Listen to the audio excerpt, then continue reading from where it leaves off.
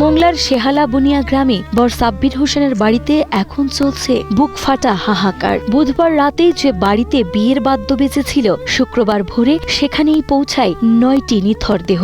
আশপাশের 9টি মসজিদ থেকে খাটিয়া এনে সারিবদ্ধ করে রাখা হয়েছিল বিয়ে বাড়ির উঠানে। বর সাব্বির হোসেন, তার বাবা আব্দুর রাজ্জাক, ভাই আব্দুল্লাহ সানি থেকে শুরু করে ছোট্ট আলিফ ও ইরাম রঙিন কাপড়ের বদলে আজ সবাই সাদা কাফনে মোড়ানো। এক এক করে সবাইকে গোসল করিয়ে খাটিয়ায় তোলার দৃশ্য দেখে উপস্থিত শত শত মানুষের চোখ ভিজে গেছে।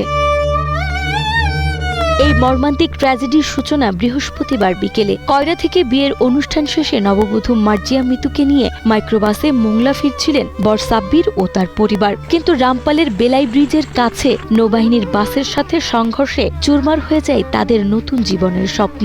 দুর্ঘটনায় বর সাব্বির আর কনে মিতু সহ মোট 14 জন প্রাণ হারান। বিয়ের কয়েক ঘন্টার মাথায় রঙিন বাসর ঘরের বদলে তাদের গন্তব্য হল কবরের অন্ধকার ঘর।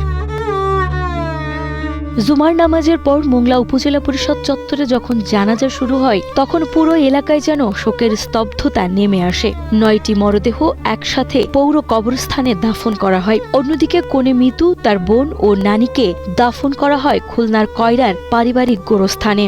সারি সারি খাটিয়া, মৃত সবাই এক পরিবারের সদস্য, রয়েছে নবদম্পতিও। চার পায়ের এই পালকিতে করেই আজ কবরবাসী হলেন বরসহ একই পরিবারের এই 9 জন সদস্য।